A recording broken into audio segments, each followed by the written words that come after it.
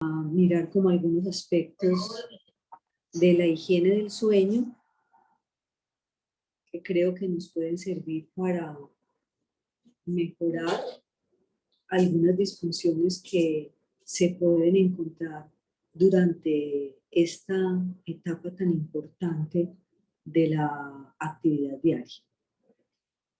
Vamos a mirar entonces cuál es la importancia del sueño.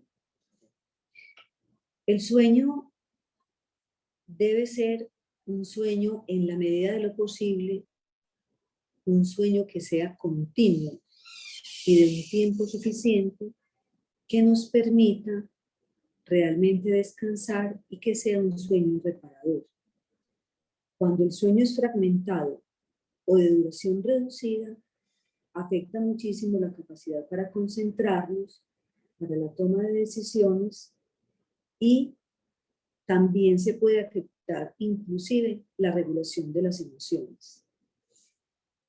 Una perturbación, reducción crónica del funcionamiento cognitivo, sino también en nuestra salud física y mental. Y las personas que no duermen bien tienen mayor riesgo de sufrir depresión, problemas cardiovasculares, problemas de ansiedad o inclusive diabetes. Entonces uno se hace la pregunta, bueno, ¿cuántas horas deben dormir las personas? Por ejemplo, los adultos. Se dice que en general el sueño de los adultos debe ser por lo menos de 7 horas por noche para que de esta manera el organismo pueda reparar el cansancio que ha acumulado durante el día. Y que cuando se duermen más de 9 horas de noche de manera regular, esto puede ser apropiado para personas que son más jóvenes o para personas que se están, digamos, recuperando de una falta de sueño o personas que están atravesando por algún periodo de enfermedad. Pero es muy importante tener presente que hay una variabilidad individual en la necesidad de sueño y que esta variabilidad está influida no solamente por factores genéticos, sino también por factores conductuales. O sea, ¿qué es lo que hacemos en el momento antes de dormir? Por factores médicos, o sea, ciertas que tenemos, y obviamente por factores ambientales. La Academia Estadounidense de Medicina del Sueño recomienda que los adultos duerman un aproximado de 7 horas más o menos por noche. Pero como les decía, estos requerimientos de sueño van cambiando a través de la vida. Por ejemplo, en los primeros meses de vida se recomienda y se ve que los bebés en sus primeros meses pueden dormir hasta 17 horas y que a medida que van pasando los meses, esas horas de sueño, como ustedes lo pueden ver muy bien en la tabla, van disminuyendo. Entonces miren, por ejemplo, que en la adolescencia, digamos entre los 14 y los 17 años, son más o menos entre 8 y 10 horas de sueño, y a partir ya de los 18 años, estas necesidades de sueño empiezan a disminuir. Pero miren que hay una diferencia entre lo que es recomendable y lo que es aceptable. ¿Por qué hay una diferencia? Por lo que les decía, porque hay unas diferencias que son individuales y definitivamente hay personas que necesitan más horas de sueño y otras necesitan menos horas de sueño. Entonces, aunque se dice que en un adulto lo recomendable son 7 horas, la verdad es que hay personas que toda su vida han tenido periodos de sueño más cortos, por ejemplo de 5 horas, y aún así sienten que esas horas de sueño son suficientes. O por el contrario, hay personas que siempre han necesitado dormir un poco más. Para entonces comprender por qué es la importancia de la higiene del sueño, yo quiero comentarles cómo son las etapas del sueño. El sueño, el periodo del sueño no es un periodo uniforme, es un periodo que varía a través de la noche. Primero, los adultos comenzamos con un sueño que se llama sueño no REM, por las siglas en inglés. En español sería no more, que es donde no hay movimientos oculares rápidos. Y ese sueño es seguido por un sueño que se llama REM, en español more, que es un sueño donde hay movimientos oculares rápidos. Son dos etapas muy distintas y cada una de las etapas tiene subdivisiones y en cada una de esas subdivisiones se dan como ciertos procesos fisiológicos que las caracterizan. Y estos ciclos, lo más interesante es que se repiten aproximadamente entre 4 y 6 veces cada noche, empezando por el sueño no REM en los adultos, porque los niños cuando empiezan a dormir, los recién nacidos empiezan a dormir en el sueño REM, pero en cambio los adultos comenzamos a dormir en el sueño no REM. Entonces cada una de estas etapas tiene una duración y van ciclando a través de la noche. Entonces, por ejemplo, puede haber trastornos exclusivos de una etapa del sueño, por ejemplo, los trastornos del sueño REM, que son unos trastornos que se presentan como premonición de ciertas enfermedades neurodegenerativas. Y es muy interesante saber que eso ocurre durante una etapa específica del sueño. Entonces, en esta gráfica nosotros estamos viendo las diferentes etapas del sueño y más o menos cuánto se demora cada una. Por ejemplo, esa fase en la cual nosotros estamos como en un duermevela, o sea que estamos despiertos pero nos empezamos a quedar dormidos, es una fase corta que dura más o menos entre 5 y 10 minutos, pero puede durar, digamos, una media hora. Cuando se demora más de media hora, ya hablamos de una latencia que es una latencia prolongada. En la etapa 2, que es la que ocupa más del 50% del tiempo total de sueño, es una etapa muy interesante porque durante esta etapa, digamos que el organismo se aquieta. ¿De qué manera? El ritmo cardíaco disminuye, lo mismo la frecuencia respiratoria, y el sueño es un sueño ligero. Pero después de esa etapa, viene una etapa que es una etapa ya más profunda y que es donde realmente se da el sueño reparador y que dura aproximadamente 20 minutos, seguida por la etapa en la cual se pierde el tono muscular y hay movimientos oculares rápidos, que es lo que se llama la etapa REM o la etapa de movimientos musculares rápidos. Esta etapa ocupa aproximadamente, como les decía, la cuarta parte del sueño. Miremos entonces qué pasa en esa primera etapa, la etapa 1 y la etapa 2. Entonces, cuando nos estamos quedando dormidos, es eso, empieza un adormecimiento y la persona puede tener la sensación de que ve cosas o de que escucha ruidos. Puede tener la sensación de calambre o de vértigo, como de un vacío, una sensación como de que cae en el vacío, o inclusive se pueden presentar a veces brincos durante el sueño. Luego viene lo que les decía, la etapa de mayor profundidad, donde el sueño es más reparador, con 20 minutos de duración aproximadamente. Y esta etapa REM, que ocurre más o menos a los 70 o 100 minutos de uno haberse quedado dormido, se caracteriza porque hay una atonía muscular, o sea, uno se vuelve prácticamente como un trapo, con el tono flojito, flojito. Los músculos de la cara se mueven y los movimientos oculares son muy evidentes. Uno ve que a través del párpado los ojos se mueven para arriba, para abajo, se pueden mover o de lado a lado. Y puede haber lo que se llaman las microfonías del sueño, que son como un brinquito de la mano, o brinque el hombro, o brinque una pierna. Y durante este periodo también se presentan cambios de la presión arterial y la frecuencia cardíaca. ¿Por qué es importante empezar con esto? Para que comprendamos por qué se presentan y en qué momento se presentan esas alteraciones del sueño. Vamos a hablar principalmente del sueño en los adultos. Esas alteraciones del sueño en los adultos se presentan con más frecuencia después de los 35 años de edad, aunque en los últimos años, con todos los cambios tecnológicos, con las personas que se van a dormir con el computador o con la tablet o con el celular a la cama, entonces esto se ha ido modificando porque estos dispositivos electrónicos, cuando están encendidos, definitivamente pueden alterar el patrón del sueño.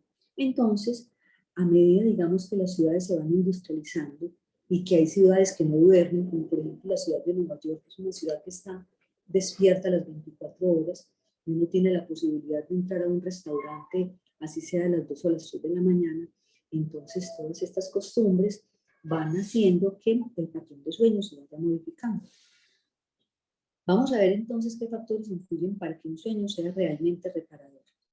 Primero, que uno duerme las horas que debe dormir. Como les decía, depende de muchos factores ambientales, conductuales y genéticos, y cada persona va estableciendo el número de horas de sueño que necesita. Pero también es muy importante el tiempo que se demora en conciliar el sueño, que es lo que se llama el periodo de latencia. Hay personas, por ejemplo, que se van para la cama a las 10 de la noche y son las 12 de la noche y no se han podido dormir. Entonces tienen lo que se llama un insomnio de conciliación. O sea, es ese periodo tan prolongado que sucede entre el momento en el cual la persona se va a la cama y en el momento en el cual se queda dormido. O el número de veces que se despierta en la noche. Entonces, hay personas, por ejemplo, que se duermen muy fácilmente, inmediatamente se acuestan, pero despiertan a la hora, a las 2 horas o a las 3 horas de haberse quedado dormido y se presentan, estos despertares empiezan a presentar frecuentemente durante la noche. Entonces, esto es lo que se llama un insomnio de mantenimiento. O sea, las personas muchas veces despiertan a pesar de que no tuvieron ninguna dificultad para quedarse dormidos. Entonces, hay unas que se demoran para dormirse. Hay otras que se duermen fácil y se despiertan varias veces en la noche. Pero hay otras que tienen el trastorno mixto. No solamente se demoran para dormirse, sino que también una vez que se duermen, no logran despertarse fácilmente.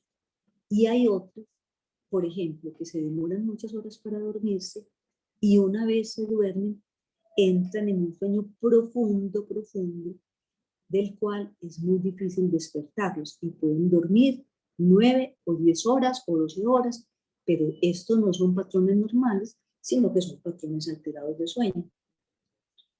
Y es muy importante entre esos despertares el tiempo que se demora en volver a conciliar el sueño. Y muy interesante es la sensación de haber amanecido descansado. Hay personas, por ejemplo, que a pesar de dormir el número de horas suficiente, sienten que no durmieron esas horas. Y son los compañeros de cama los que dicen, no, ella dice que no duerme, pero yo veo que se queda dormida. Sin embargo, muchas veces las personas se levantan con la sensación o de que no han dormido lo suficiente o de que ese sueño no fue reparador.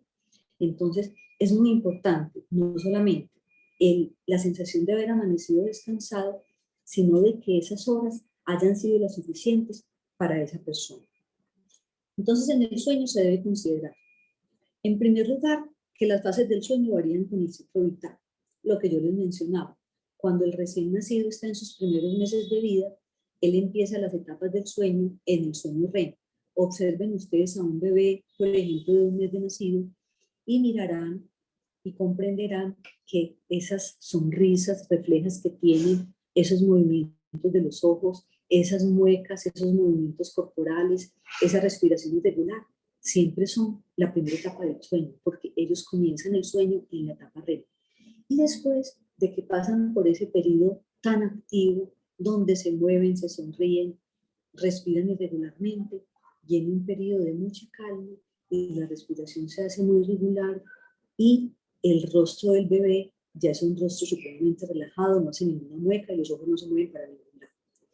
Entonces este ciclo, que en ellos se llama un ciclo ultradiano, porque es independiente de la luz y el niño puede dormir en esas condiciones, esté de día o esté de noche, este ciclo se va transformando a lo largo del tiempo para poner o para, digamos, convertirse en un ciclo que se llama el ciclo circadiano, que depende básicamente de la luz. Lo más importante también es considerar que ahorita se sabe que el sueño es un periodo de intensa actividad psíquica y que se puede afectar la relación entre la percepción del sueño adecuado y el número de horas dormidas. Y que tampoco es que haya una desconexión absoluta con el entorno, sino que muchas personas mantienen un umbral perceptual que hacen que frente a un ruido despierten fácilmente. En cambio hay otras que se pueden dormir, por ejemplo, con una orquesta al lado, pueden dormir prácticamente en un baile, en un concierto, y es muy difícil despertar. Entonces es muy interesante mirar que cada persona va, digamos, tiene como una configuración de un patrón de sueño. Y de las cosas más interesantes que hay es que muchas veces los trastornos del sueño se empiezan a identificar desde la primera infancia, o sea, desde que el bebé está aprendiendo a coger esos ritmos. O sea, hay bebés de 1 año que no se duermen ya digamos, a partir de las 10 de la noche y que empiezan a tener o siguen teniendo múltiples despertares nocturnos. Y hay niños, por ejemplo, de 2 años o de 3 años que tienen severos trastornos del sueño o que tienen también inversiones en el patrón de sueño, o sea que muchas veces se duermen de día y por la noche dan fiesta toda la noche. Entonces es muy importante mirar que prácticamente desde la primera infancia se empiezan a marcar esos patrones de sueño. ¿Qué problemas entonces pueden presentarse? Que la persona se demore más de 30 minutos, o sea, lo que se llama la latencia prolongada, que no van los 30 minutos y no se puede quedar dormido.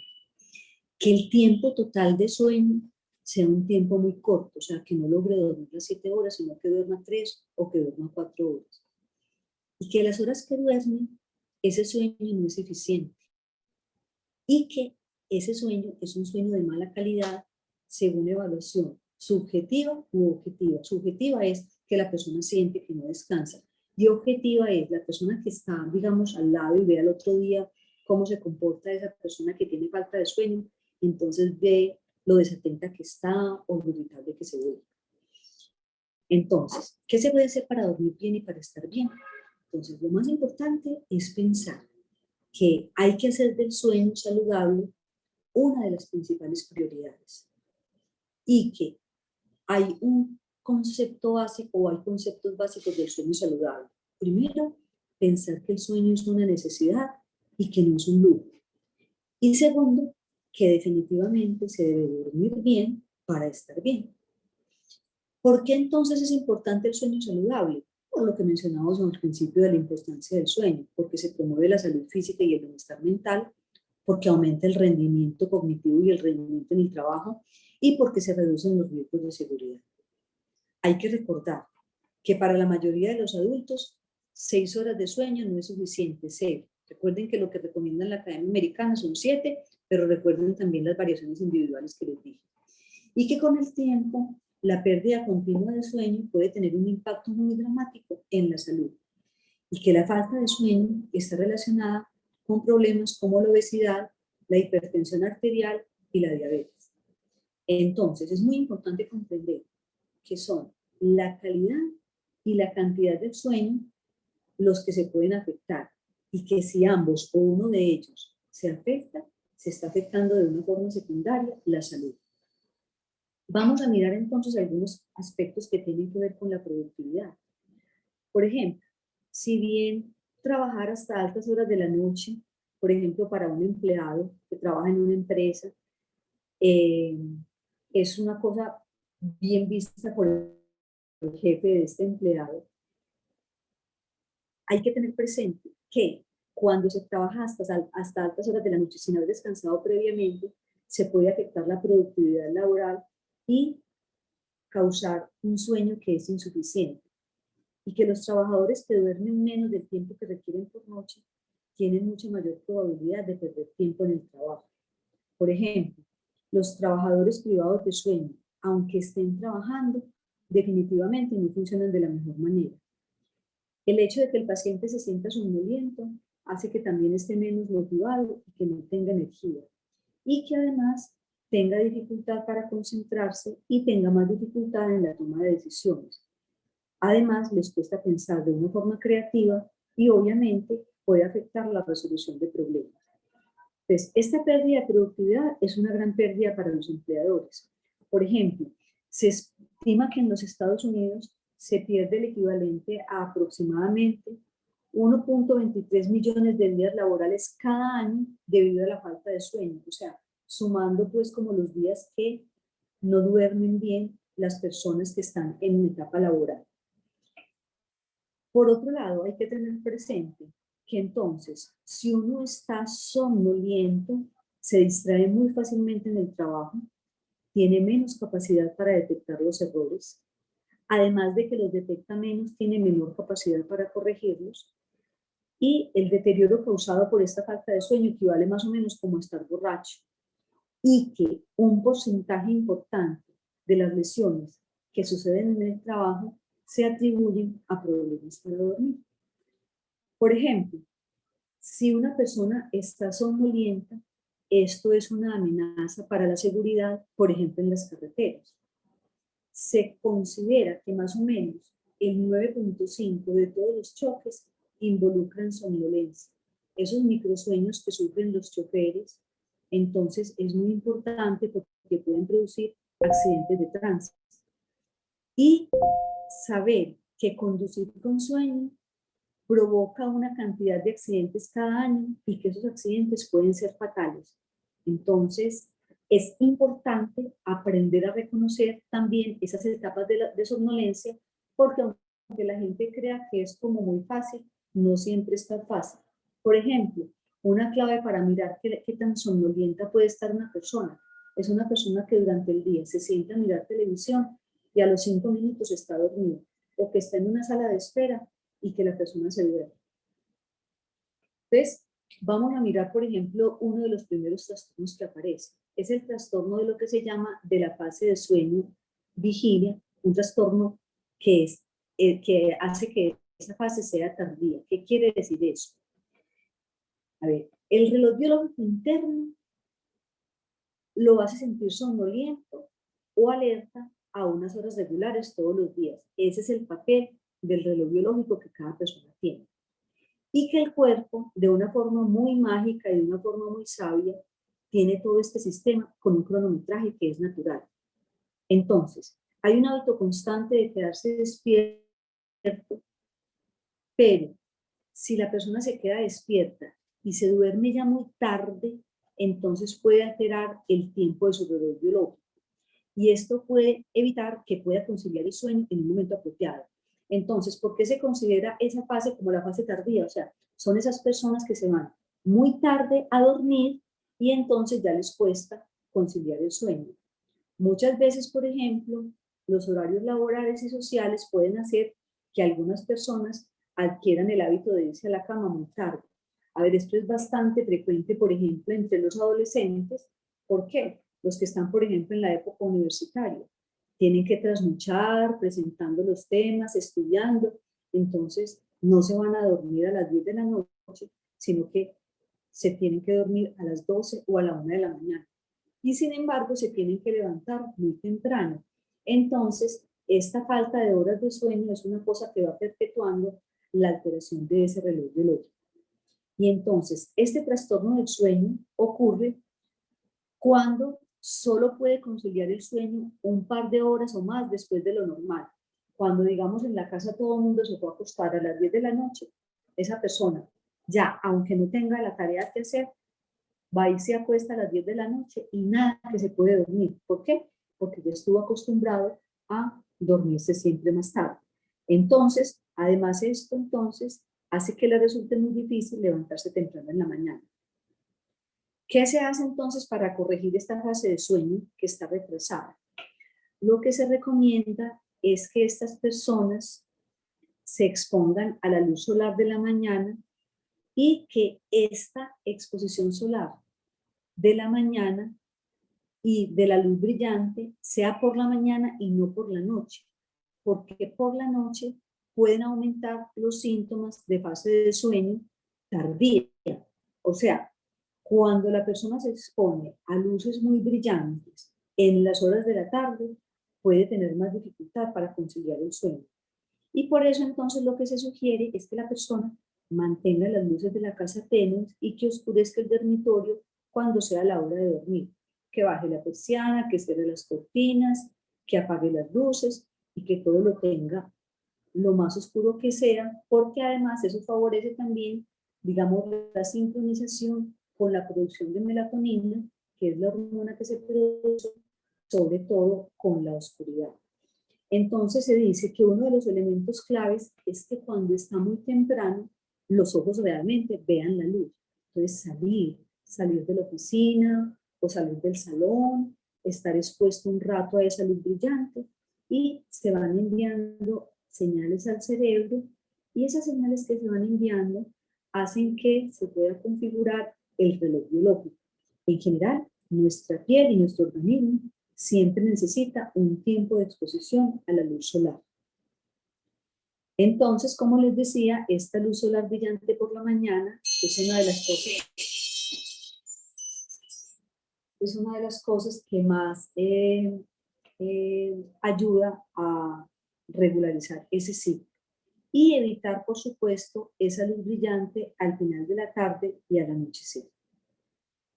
También hay una terapia que se llama terapia cognitivo-conductual que ayuda a cambiar acciones o pensamientos que mantienen a la persona despierta y le ayuda a desarrollar hábitos que promueven un patrón de sueño saludable. Es muy importante saber que esta terapia cognitivo-conductual es una terapia que se hace por psicólogos entrenados en estos problemas del sueño y que es una de las medidas farmacológicas más efectivas para poder regularizar los patrones de sueño. Vamos a mirar entonces el trastorno de desfase horario y trastorno del trabajo por turnos. ¿Esto qué es? Cuando la persona tiene condiciones de trabajo que le causan un desfase horario o un trastorno del trabajo por turnos, se puede presentar también esta alteración y es muy evidente cuando en esos trabajos las personas, por ejemplo, tienen que viajar largas distancias en avión y entonces al viajar largas distancias el sueño, digamos, se desacomoda, porque ustedes saben que al cambiar de meridiano, entonces cambian los horarios, ¿cierto? Puede haber, por ejemplo, una diferencia de 6 horas o de 7 horas entre Europa y América, ¿cierto? Entonces, un viaje largo pone a la gente rápidamente en un lugar donde realmente necesita dormir y despertarse a una hora diferente a la que espera su reloj biológico interno. O sea, el reloj biológico interno no se modifica el día que la persona viaja. El reloj biológico interno sigue funcionando como estaba acostumbrado a funcionar.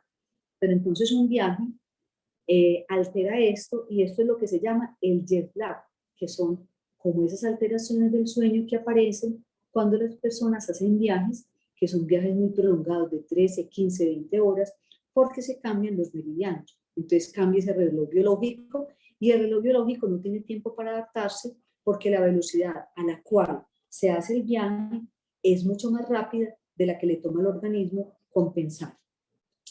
Entonces, en ese desfase horario, por ejemplo, muchas veces se recomienda la melatonina, que es la hormona que normalmente produce el organismo, para que la persona se toma y parece que juega un papel pues importante en que ayuda a regularizar esos síntomas que se presentan con esos cambios de horario. Y cuando el trabajo es por turnos, es muy enredado. ¿Por qué? Porque hay personas que tienen turnos rotativos. Entonces, por ejemplo, trasnochan 2 veces a la semana, o trasnochan una semana seguida, o tienen una semana el horario de la mañana, una semana el horario de la tarde y una semana el horario de la noche.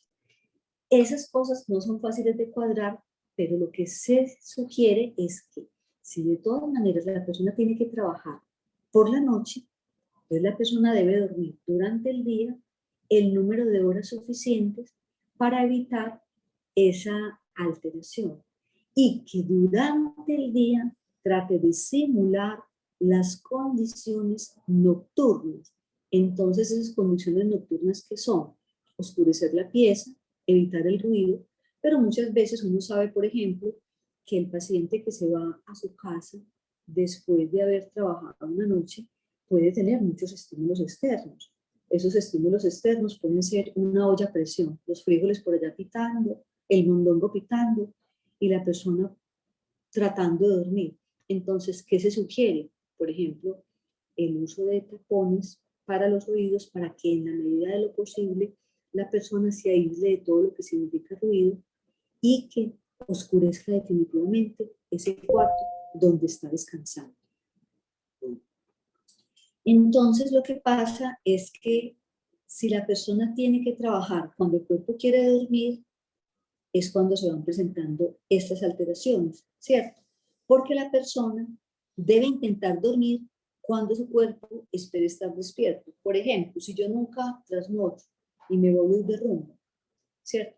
Mañana yo voy a intentar dormir, mi cuerpo quiere estar despierto porque es por la mañana, pero yo he trasnochado. Entonces, eso es un desfase que se va presentando y que va empeorando en la medida en que eso se va repitiendo de una manera irregular. Y obviamente esto va causando problemas para dormir. Entonces, vimos cuando es retrasado, pero también sucede o puede suceder que sea una fase, un trastorno por la fase avanzada. ¿Qué quiere decir eso? Estos trastornos ocurren en personas que duermen a horas que parecen estar fuera de lugar con las horas de sueño normales. Entonces, estas personas tienen un reloj circadiano que es muy madrugador. ¿Qué quiere decir? Que se duermen varias horas antes de lo normal. Como resultado, también se despiertan varias horas antes de lo que la mayoría de las personas se despiertan por la mañana. Entonces, hay personas, por ejemplo, que son las 7 de la noche y ya se tienen que ir a dormir a las 7 de la noche. Entonces, claro, llegan las 2 de la mañana, y la persona a las 2 de la mañana ya duerme las 7 horas del adulto, la persona está despierta. ¿Haciendo qué? Vaya uno a saber. Entonces se pueden poner a jugar en el computador, a trabajar en el computador, se ponen a hacer ejercicio, otros se van para la cocina. O sea, ya las costumbres son distintas. Pero entonces lo que hay que tener presente es que siempre que nosotros vamos a evaluar un problema del sueño, tenemos que evaluar cuántas horas está durmiendo la persona. Si la persona se va a dormir a las 7 de la noche, como sucede, por ejemplo, muchas veces en los lugares geriátricos, que les dan la comida casi que a las 4 de la tarde y empiezan a acostarlos a las 5 de la tarde, a las 7 ya o a las 6 de la tarde están dormidos, entonces, claro, llegó la medianoche y ¿qué está haciendo el anciano? Está despierto. ¿Tiene insomnio? No, no tiene insomnio. Tiene una fase adelantada, ¿cierto? ¿Por qué? Porque se está durmiendo mucho más temprano de lo que el organismo normalmente necesita. Entonces, estas fases son las que se van cuadrando con los horarios regulares. Entonces, las personas se empiezan a sentir muy somnolientas al final de la tarde y la hora de acostarse tiende a ocurrir entre las 6 y las 9, antes de las 10 de la noche.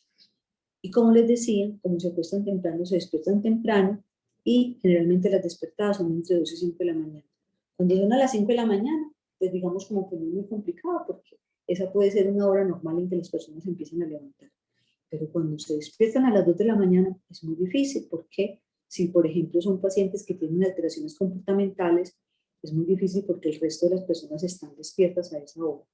Entonces, aunque el horario para dormir es temprano, el sueño como tal es muy normal. O sea, las personas hacen su ciclo de sueño REM, posteriormente su ciclo REM, hacen todos los ciclos completos, todas las fases completas, pero como se acostó tan temprano, se levantó muy temprano.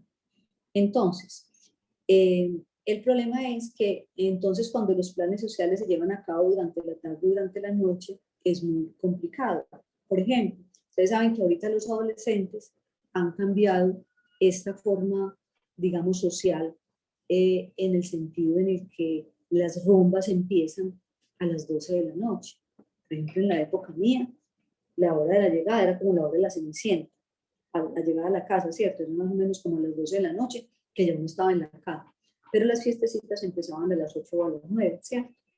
Y ahora las fiestas empiezan a las 12 de la noche, entonces obviamente rumbean toda la noche y se van a dormir a las 7 de la mañana. Entonces, las personas ya el otro día, por ejemplo, si tienen que estudiar o si tienen que trabajar, están en una lucha permanente por quedarse despiertos y pueden parecer muy somnolientos durante estas horas, ¿cierto? Entonces, cuando se pierden muchas horas de sueño nocturno, esto puede causar una privación crónica de sueño y esto lleva a una verdadera somnolencia. Entonces, hay que tener presente que no se puede confundir el insomnio con esa fase de sueño avanzado. Lo que yo les decía es contar las horas de sueño, porque muchas veces le dicen ahora, no, mire, es que no duerme absolutamente nada. Seguro que no duerme, no duerme. Él desde las 2 de la mañana está despierto. ¿Y a qué hora se fue a la cama? Se fue a las 7. Entonces, mirar muy bien eso. No es un insomnio, sino que tiene esa fase de sueño muy adelantada. Y es muy importante porque esos patrones de sueño se van configurando en cada persona y hay forma de regularizarlos con higiene del sueño. Entonces, ¿cuáles son los síntomas de que la persona está teniendo un trastorno en esta fase? Que se empieza a quedar dormido al final de la tarde o muy temprano en la noche y que se levanta demasiado temprano mientras todas las personas todavía están durmiendo. Pero muy importante es que se siente muy somnoliento al final de la tarde y en cambio desde las 3 o 4 de la mañana ya está de ojo abierto y se siente supremamente alerta. Y que la persona está despierta y duerme mucho antes de lo que le gustaría. La persona dice, no, es que yo quisiera por mí realmente irme a acostar a las 10 de la noche, pero no soy capaz de acostarme a las 10 de la noche.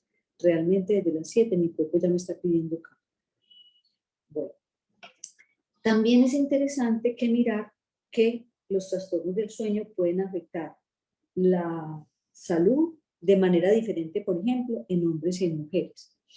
Bueno, entonces hay que tener en cuenta que hay diferencias en el sueño entre hombres y mujeres. Por ejemplo, las investigaciones hasta el momento mencionan que las mujeres tienden a dormir más en promedio, más horas que los hombres.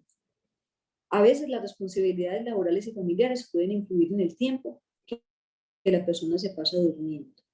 Por ejemplo, esta encuesta que hizo la Asociación Americana del Sueño en los Estados Unidos encontró que casi la tercera parte de los hombres lograron menos de 6 horas de sueño en promedio cada noche, a pesar de que lo que la academia recomienda son 7 horas. Y que son muchos los factores, como por ejemplo la producción de hormonas, o lo que pasa cuando uno va envejeciendo, o las diferencias sociales y culturales que influyen en la forma como duermen los hombres y las mujeres.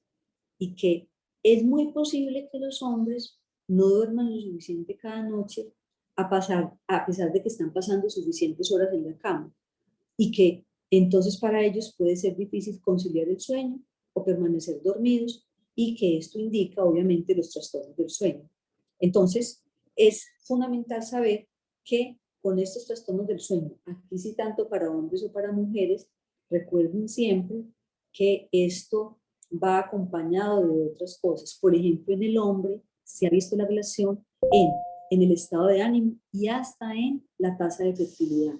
La falta de sueño parece afectar este problema de la fertilidad en los hombres. Por ejemplo, se dice que se ha descubierto que los hombres que duermen demasiado o muy poco tienen un mayor riesgo de infertilidad en comparación con los que duermen, digamos, las horas que les corresponden. Y que esa falta de sueño, además, lo pone obviamente en mayor riesgo de tener depresión, ansiedad u otros problemas mentales. Y también se dice que los hombres son más propensos que las mujeres a tener un trastorno del comportamiento del sueño REM, que es ese trastorno en el cual, donde normalmente hay una atonía muscular, donde uno está como un trapito, no está como un trapito, no pierde el tono, sino que la persona se mueve, grita, patea, vocaliza, insulta y inclusive puede agredir a su compañero de cama o se puede golpear él mismo o hasta se puede caer de la cama. Se dice que generalmente este trastorno de sueño es más común o más propenso son los hombres que las mujeres. ¿Cómo pueden entonces dormir mejor los hombres? Entonces, esto ya pues no solamente los hombres, sino también las mujeres en general, empezar a adoptar unos hábitos de sueño saludables, hacer ejercicio, exponerse a la luz solar durante el día.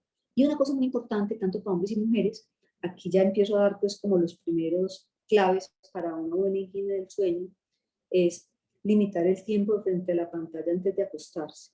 Por ejemplo, se recomienda que los dispositivos, televisores, celulares, tabletas, sean apagados aproximadamente media hora antes de que la gente se vaya a dormir. Esto yo sé que es una cosa que cae como en el vacío, porque justamente ahorita lo que la gente hace, las costumbres han cambiado, es poner al frente una pantalla de televisor de 40 pulgadas y acostarse a dormir viendo televisión.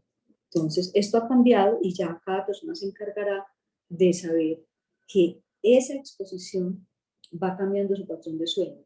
Pregúntenle ustedes, o de pronto ustedes mismos lo saben o han visto, si están acostumbrados a dormir con el televisor, como dice uno, durmiendo televisión, cómo es el sueño de las personas cuando se van para un lugar y no tienen la pantalla de televisión al frente. Les cuesta dificultad conciliar el sueño. Y lo otro es que es muy importante que, por ejemplo, los hombres tienen mayor tendencia a consumir alcohol y que este alcohol no va a mejorar en ningún momento la calidad de sueño, aunque aparentemente el hecho de beber le dé sueño. Entonces, es un error muy grande coger la costumbre de tomarse 3 o 4 cervezas para irse a dormir, tomarse media botellita de aguardiente para irse a dormir tomarse unos whiskycitos porque esto me da sueño, porque realmente esto se vuelve un círculo vicioso y muchas veces la persona tiene más tendencia a volverse adicta o a abusar del alcohol que a dormir. Y cuando empiezan a haber estos problemas, definitivamente hay que buscar un centro de sueño acreditado para poder solucionar esto. En la ciudad contamos con varios sitios en donde estos problemas del sueño son atendidos. La especialidad del sueño ha crecido afortunadamente. Más personas especialistas en sueño se ven cada día. Por ejemplo, los otorrinolaringólogos especialistas en sueño, los neumólogos especialistas en sueño, los internistas especialistas en sueño, los psiquiatras, neurología también, y neumología. Entonces, es muy importante saber que en una ciudad ya contamos con varios centros donde se atienden, digamos, de una forma muy especializada los trastornos del sueño. Y vamos a hablar de un trastorno que es muy importante, que es lo que se conoce como la apnea obstructiva del sueño. Quiero comenzar diciendo que la apnea del sueño puede ocurrir a cualquier edad, inclusive en los bebés. O sea, este no es un padecimiento exclusivo de la edad adulta o de la vejez. Puede suceder en los bebés, en los niños lactantes, en los adolescentes, en los adultos y aún en la vejez. ¿Por qué sucede? ¿Qué es la apnea del sueño? Una apnea es una pausa respiratoria. Entonces, ¿qué es lo que pasa? Normalmente, durante el sueño, entonces hay digamos, una vía aérea que está permeable. Esa vía aérea tiene, digamos, unos elementos anatómicos que la conforman, la nariz, el paladar blando, como lo ven ustedes aquí en esta gráfica, y la úvula, ¿cierto? Y todos los tejidos blandos que están en la faringe. Entonces, cuando la persona se queda dormida, normalmente, como hay una caída del tono muscular durante el sueño, estos tejidos se relajan y tienden, digamos, a colapsar un poquitico la vía aérea. Entonces, esa vía aérea que está parcialmente bloqueada puede manifestar ese bloqueo con un ronquido. Y si el bloqueo es lo suficientemente importante, entonces ya viene lo que se llama una apnea del sueño. Como ustedes ven aquí en la gráfica, que definitivamente no se puede, no hay un paso como adecuado de ese aire porque hay una obstrucción al paso del aire. Las causas de la apnea son muchas. Las personas obesas y las que tienen un cuello corto son más propensas, pero también todo lo que estrecha los espacios faríngeos. Por ejemplo, en los niños, las amígdalas grandes o la rinitis y la hipertrofia de cornetes. Los cornetes se crecen o en la rinitis todos los fenómenos alérgicos pueden llevar a edema de la vía aérea. Entonces son unos tejidos que están, digamos, edematizados, que están hinchados y entonces obviamente hacen una barrera mecánica para el paso del aire. Y también una causa muy importante es el reflujo gastroesofágico. ¿Por qué está ardiendo ese estómago? Porque esa llama que hay ahí es exactamente la sintomatología que refieren los pacientes que tienen reflujo. O sea, tienen una sensación de llamarada, de algo que los quema, de algo que se devuelve como hacia la garganta, como hacia el cuello y los quema. ¿Eso por qué sucede? Porque una parte del esfínter pierde su tono, entonces el alimento, digamos que se devuelve.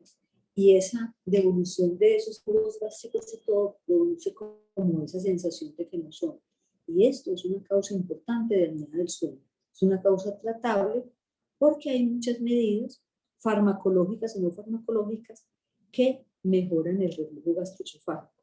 Farmacológicas como por ejemplo el omeprazol, el esomeprazol, y las no farmacológicas con elevar, por ejemplo, la parte pues, de la cabecera de la cama, elevarla como unos ladrillos para que la persona, la cabeza de la persona quede más bien como en esta posición. Y hay otras causas de apnea del sueño, digamos que son anatómicas, como por ejemplo las mandíbulas que están muy retraídas. Ustedes ven, por ejemplo, aquí que la arcada dental está por delante y muy por delante, o que la arcada dental superior queda por dentro de la inferior. Entonces, el uno es, digamos, como cuando la cumbambita es muy chiquitica y los dientes superiores sobresalen. Y en el otro es cuando lo que nosotros llamamos las personas que son muy cumbambonas, que hacen así y los dientes de arriba le quedan por dentro de los dientes de abajo. Todas estas anormalidades anatómicas favorecen también la sanidad del sueño.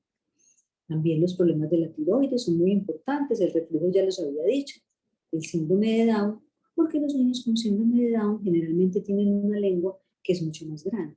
Y también otras enfermedades neurológicas que se acompañan de alteraciones del movimiento de los músculos que favorecen la respiración. Entonces, esa apnea del sueño puede ser o un problema del desarrollo o también resultado de otra afección médica, y tener presente que en los niños, que son muy frecuentes, hay que identificarlas, pensar siempre en problemas de amígdalas o de adenoides grandes que están bloqueando las vías respiratorias. ¿Cómo hacemos entonces para suponer una apnea, que hay apnea del sueño? Hay unos síntomas diurnos y hay unos síntomas nocturnos.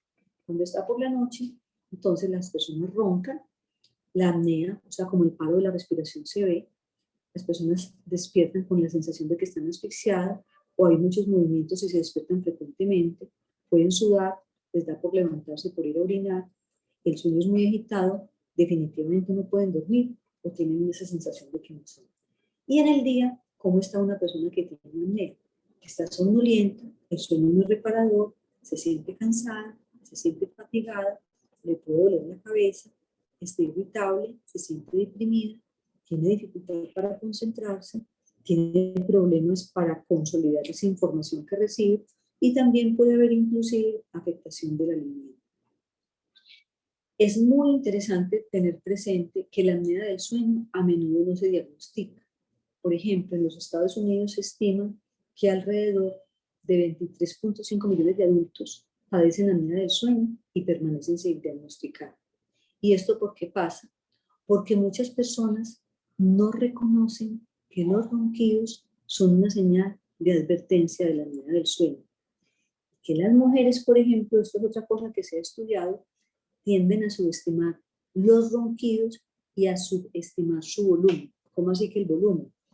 Es que el ronquido es un fenómeno que puede presentarse en cualquier persona, pero cuando nosotros pensamos que el ronquido puede ser una alerta para que se esté presentando una apnea del sueño, es o tan frecuente, qué tan frecuentes están siendo esos ronquidos y qué tan altos. O sea, hay descripciones, por ejemplo, que le dicen a uno, vea, es que hágase de cuenta que él parece un camión varado que lo están desvarando. Entonces, ese ruido es un ronquido que le impide prácticamente el sueño a su compañero de cama, es una cosa muy importante. Y es fundamental tener presente que aunque la compañera de cama, si es el caso, por ejemplo, de que es el hombre que está teniendo el ronquido, no se acostumbre a ese ronquido y que lo vea como una cosa natural, sino que piense siempre que ese ronquido es que algo indica. Y si esa persona ronca, tiene un cuellito corto y además tiene la panza grande, póngale la firma que hasta que no se muestre lo contrario, tiene una apnea del sueño. Y lo otro es interesante también es que las mujeres pueden tener más probabilidades que los hombres de informar síntomas como fatiga e insomnio. Entonces, las enfermedades cardíacas, la diabetes, los derrames cerebrales y la depresión pueden ser causas indirectas de esa apnea del sueño. Aquí vemos entonces todos estos problemas asociados con ese ronquido y con esa disminución del flujo del aire. Las paredes de las arterias, con ese ruido, se van, digamos, horadando, se van volviendo como menos lisas y van cambiando su anatomía. Esto puede favorecer estrechez y, por supuesto, isquemias cerebrales o aumentar los problemas de presión, y al aumentar los problemas de presión, entonces también sufre el corazón, depresión, ya depresión, digamos, desde el punto de vista mental, porque es una persona que no logra descansar bien, puede perder la memoria y también puede favorecer la aparición de la diabetes. Entonces es fundamental tener en cuenta que el riesgo de apnea aumenta con la edad y las mujeres tienen más posibilidad de tener apnea del sueño después de la menopausia. ¿Por qué? Porque la disminución de los estrógenos hace que los tejidos pierdan tono. Entonces, al perder el tono, todos los músculos faríngeos, por ejemplo, se relajan y pueden obstruir el paso del aire. Lo otro es que la gravedad de la apnea puede empeorar con el tiempo y aunque la tasa de apnea parece alcanzar una meseta alrededor de los 65 años, no se confíen de eso porque hay ancianos que definitivamente pueden empezar con problemas de apnea que antes no tenían. Entonces, tener también presente eso, que es más común en hombres que en mujeres, y que en los hombres existe un vínculo muy importante entre la apnea del sueño y la disfunción eréctil, y que para eso hay una terapia. Para las dos cosas hay terapia, tanto para la disfunción eréctil como para la apnea del sueño. Y saber que se puede revertir el impacto al tratar. Entonces, según el grado, las que son leves no necesitan, digamos, como de tratamiento con CPAP, son moderadas cuando se presentan más de 15 por hora y severas cuando se presentan más de 30 amigas por hora. Entonces, siempre se sugiere disminuir de peso, tratar las condiciones que lo producen, corregir las amígdalas o los cornetes o una cirugía maxilofacial, que son aspectos anatómicos, y el aparatico del CPAP, que tiene una aceptabilidad de más o menos un 70%. Estos son dispositivos supremamente bien diseñados, no tallan, la persona se puede voltear. Generalmente las apneas son más frecuentes en decúbito supino, o sea, supinar es mirar al sol. O sea, cuando las personas están boca arriba, presentan más las apneas, entonces se recomienda que la persona duerma de lado. Hay varios dispositivos de estos. Uno se conoce como CPAP, que es un aparato que tiene siempre una presión positiva continua. En cambio, el BiPAP es un aire que tiene una presión positiva binivel. ¿Eso qué quiere decir? Que la presión con la cual se inspira, o sea, esto, es la presión diferente con la cual se expira, o sea, con la cual se bota el aire. Cada uno tiene sus indicaciones. Estas son como unas gráficas de las personas con los dispositivos para dormir y entonces tener presente lo que yo les decía, lo de el peso saludable, evitar fumar y beber alcohol y la posición de lado, que es muy importante porque de lado se presentan menos las apneas. Entonces ya en general para mejorar la higiene del sueño tenemos que tener presentes que se debe manejar de una forma adecuada el estrés, reducir el ruido, tener una regularidad en el horario del sueño, evitar cafeína, nicotina y alcohol, hacer siestas diurnas cortas, realizar ejercicio regular. Y con respecto a la cafeína, por último, les traigo lo siguiente. Esta es la sustancia psicoactiva más utilizada en el mundo. Se dice que los niveles plasmáticos de cafeína alcanzan su punto máximo más o menos media hora después de que uno se ha tomado el tinto. O sea, el máximo nivel de café que uno tiene en la sangre, los componentes del café, es media hora después del tinto. Pero esa vida media puede variar entre 3 y 7 horas. Y eso está influenciado por diferencias individuales. O sea, hay personas que son muy sensibles a la cafeína y hay otras que no. Hay personas a las cuales les hace mucho daño el tinto y a otras no. Pero en general, a la mayoría de las personas, digamos en general, un tinto sí les puede producir disrupción del sueño, especialmente cuando se toma en las horas de la tarde. Entonces, ese impacto de la cafeína realmente no está tan bien probado como absolutamente en toda la población, por lo que les digo, porque parece que hay factores muy individuales que hacen que unas personas sean muy resistentes a esa cafeína. Pero entonces es muy importante que las personas vayan acostumbrando a reconocer cómo les cae un tinto y hasta qué horas pueden tomar tinto para poderse ir a dormir. Bueno, por ejemplo, se hizo en una investigación que se hizo administrando cafeína muy temprano en la mañana para saber cuáles eran las características sobre el sueño en pacientes que eran jóvenes y sanos. ¿Y qué se encontró? Que a pesar, por ejemplo, de que ya los niveles de cafeína en la saliva eran bajos al momento de acostarse, estas personas podían tener una reducción del tiempo total de sueño y una reducción de la eficiencia del sueño, aunque les dieran la cafeína en la mañana, comparado con lo que no, con aquellas personas que tienen cafeína. Y que a pesar de estos resultados pues intrigantes, ningún estudio ha confirmado o ha contradicho estos resultados que son muy viejos, porque son estudios que se hicieron hace más o menos hace como 20 años. Bueno. Entonces es probable que el consumo de grandes cantidades de cafeína cerca de la hora de acostarse interrumpa el sueño, pero no sabemos realmente qué es lo que pasa con cantidades bajas o moderadas de cafeína.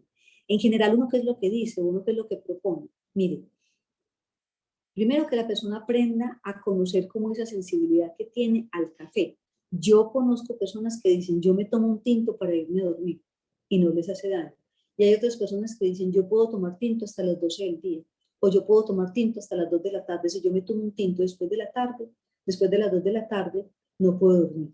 Pero no solamente es el tinto, son las bebidas oscuras. Tenemos el café y también tenemos el té. Entonces, en general, lo que se ve es que las personas que toman más cantidad de café, sobre todo en horas cercanas a dormir, son las personas que más alteración del sueño tienen. Entonces, ¿qué se ha demostrado? Que definitivamente grandes dosis de cafeína cerca de la hora de acostarse tienen un efecto perturbador sobre el sueño. ¿Y qué es lo que pasa con la abstinencia de la cafeína? Entonces, una cosa es cuando uno está acostumbrado a la cafeína y cuando uno dice, yo voy a dejar el tinto. Pero si esa persona que va a dejar el tinto es una persona que casi nunca toma tinto, los efectos pueden ser distintos a la persona que está muy acostumbrada al tinto. ¿Eso qué quiere decir? Que cafeína y continuidad, el organismo de alguna manera como es como si se fuera de alguna manera desensibilizando frente al efecto de la cafeína. Entonces, para terminar, los consejos rápidos para dormir son mantener un horario de sueño constante, levantarse a la misma hora, inclusive en fines de semana durante las vacaciones. Eso casi nadie lo hace porque en las vacaciones, en los fines de semana, la gente aprovecha para dormir. Establecer una hora para acostarse, lo suficientemente temprano para dormir, al menos 7 u 8 horas. No irse a la cama a no ser que tenga sueño, o sea, no dejar la cama para chatear, para pintar, para comer y todas las cosas que se hacen en la cama, ¿cierto? Si no se duerme después de 20 minutos, se le sugiere a la persona que se levanta, que vaya a hacer como una actividad tranquila sin mucha exposición a la luz y que establezca una rutina relajante a la hora de acostarse y que en general la cama sea más para dormir y obviamente pues para la sexualidad. Hacer que el dormitorio sea tranquilo y relajante, mantener la habitación en una temperatura agradable, limitar la exposición a la luz brillante, ojo con lo de apagar los dispositivos y una cosa interesante es no comer comidas abundantes antes de acostarse, sino que sea algo suave. Hacer ejercicio con regularidad, evitar la cafeína, el consumo de alcohol y reducir la ingesta de líquidos. Entonces, muy importante, asegurar o no ignorar nunca un problema de sueño. No tiene que pasar la vida sintiéndose cansado, exhausto y frustrado. Hay ayuda disponible. Hablar con el médico. Preguntar acerca de un programa o una cita con un especialista en sueño, que los tenemos muy buenos en la ciudad. Recuerde siempre que dormir no es opcional. Su cuerpo necesita dormir y su salud depende de ello. Duerma bien, esté bien. Es el lema de un estilo de vida saludable. Esto es lo que les traía para hoy. Doctora Margarita, muchas gracias por esa presentación. Aquí le están dando las gracias en el chat y en el Facebook. Y hay una pregunta en el módulo de preguntas que me voy a dar el permiso de hacérsela y dice, ¿cómo podría manejar el sueño intermitente ya que soy cuidadora de mi madre con Alzheimer y está en etapa final y hay que estarla moviendo constantemente para cuidarla de úlceras por presión? Sí, a ver, lo que se les recomienda a los cuidadores que tienen a su cuidado una persona con Alzheimer que necesita cambios de movimiento es que esa persona debe tener relevos. O sea, debe tener relevos, es decir, la noche que le tocó trasnochar, por ejemplo, como hacen los trabajadores de las empresas, que es que tengo que trasnochar 3 días o que tengo que trasnochar 4 días. Si tiene que trasnochar, lo que se recomienda es la persona que trasnocha no es la persona que debe cuidar al otro día a la persona, debe buscar un cuidador, ayudarse de la familia, apoyarse en la familia, cuidar a un paciente que tiene Alzheimer no es un trabajo individual, tiene que ser un trabajo de grupo, tiene que ser una red social, porque un cuidador que tiene a su cargo una persona para cuidar todos los días y todas las noches es un cuidador que manda.